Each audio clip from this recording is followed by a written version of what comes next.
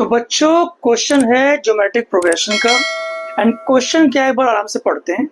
If f x is a function satisfying f x plus y equal to f x times f y for all x and y both belongs to natural numbers such that f1 is equal to 3 and sigma of fx starting from 1 to n is equal to 120।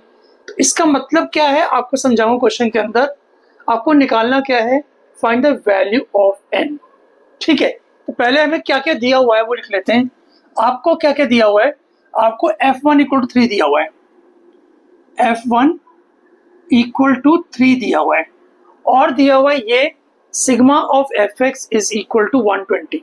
अब इसका मतलब क्या है, sigma of f x is equal to 120, x starts from 1 goes till n। इसका मतलब क्या है, x 1 से स्टार्ट होगा और n तक जाएगा। देखो ऐसे f1 plus f2 plus f3 और ऐसे करते करते fn तक जाएगा and sum of all the values is equal to 120। ये आपको क्वेश्चन में दिया हुआ है।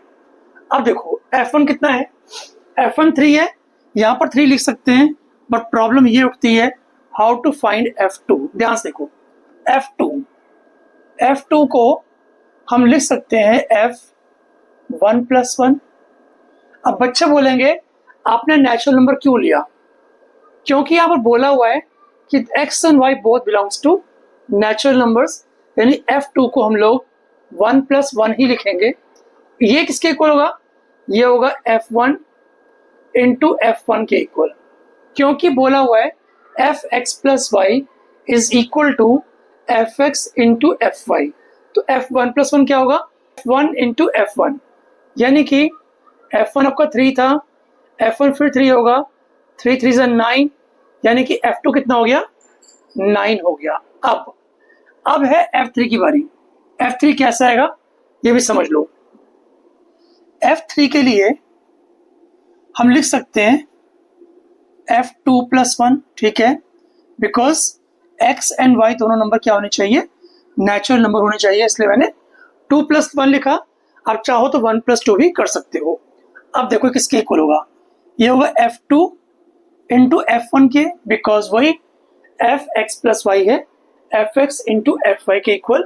इसके लिए f2 प्लस 1 बन गया f2 इंटू f1। f2 कितना है, f2 9 है और f1 ऑलरेडी हमें पता है वो 3 था, तो 9 3 सा 27 हो गया, करेक्ट।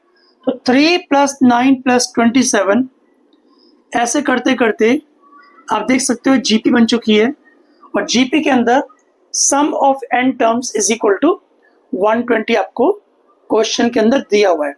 अब देखो सम टू n टर्म का फॉर्मूला क्या होता है, Sn is equal to a r raised to power n minus 1 upon r minus 1। ये फॉर्मूला है जीपी के अंदर Sn निकालने के लिए। तो यहां पर a क्या है, a हमारा 3 है, कॉमन रेशियो कितना है 9 डिवाइडेड बाय 3, कॉमन रेशियो 3 आएगा। तो ये फॉर्मूला अप्लाई करते हैं, क्या हो गया, a यानी 3 r raised to power n minus 1 upon r minus 1, यहाँ में भी a लिखता हूं फिलहाल, is equal to 120। Sum of n terms आपको 120 दिया हुआ है। अब क्वेश्चन के अंदर a कितना है 3, यहाँ पुट कर दो, कॉमन रेशियो कितना है 3 है, पुट कर दो, n आपको निकालना है -1 whole upon 3 minus 1, this is equal to 120, correct. अब इस इक्वेशन को हम लोग सॉल्व करेंगे, बहुत केयरफुली देखना। अगला स्टेप देखो, ये आ गया 3 multiplied by 3 raised to power n minus 1 whole upon 2 is equal to 120। Cross multiply कर लेते हैं, तो 3 times 3 raised to power n minus 1 is equal to 240 आएगा, करेक्ट।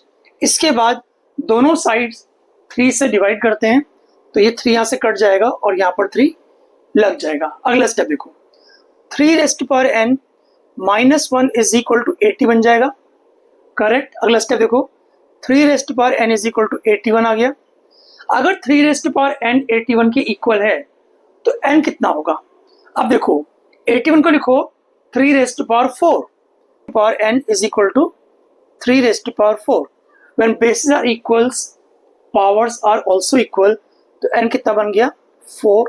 यानी कि 4 टर्म्स को अगर मैं ऐड करूं, 3 टर्म्स तो ये हो गई और एक टर्म आएगी 81। उन चारों टर्म को ऐड करने से आपका आंसर 120 होगा। इसका मतलब n is equal to 4 is the correct answer. इस पूरे क्वेश्चन में किसी भी स्टेप में डाउट हो तो कमेंट सेक्शन में कमेंट करके पूछ सकते हो, मैं आपको जरूर रिप्लाई करूंगा। Thanks for watching, bye bye बच्चों।